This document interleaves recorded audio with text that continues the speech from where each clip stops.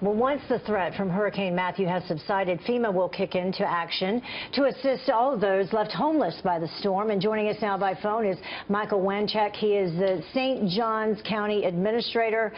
Michael, thank you for joining us. Your agency, you've been anticipating the power of this hurricane. What kind of preparation goes into this massive emergency situation? What did you do to prepare? Well, as an organization, we prepared years in advance through planning and exercise activities, and this storm is playing out much like many of those activities we've conducted in the past. Most recently, we've been operational in our Emergency Operations Center for the last 3 days. We have issued an evacuation order for our coastal and low-lying areas, and currently we are bracing for a very significant storm, a storm unlike anybody has seen in recent memory. We're anticipating devastating property damage and significant loss of life if events play out as they currently projected. And your county specifically, it includes what, St. Augustine, several of the beach areas, all the way up towards Jacksonville, which is where I believe somewhere in that area where the storm is going to, actually Cape Canaveral, go into that area.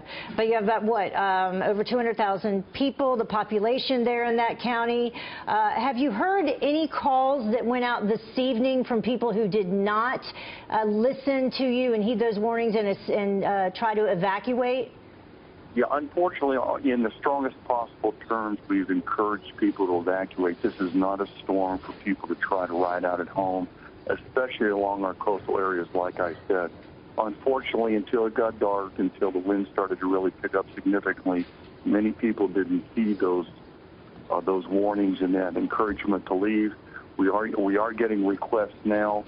Unfortunately, it's too dangerous for many of our first responders and law enforcement personnel to even be on the streets right now.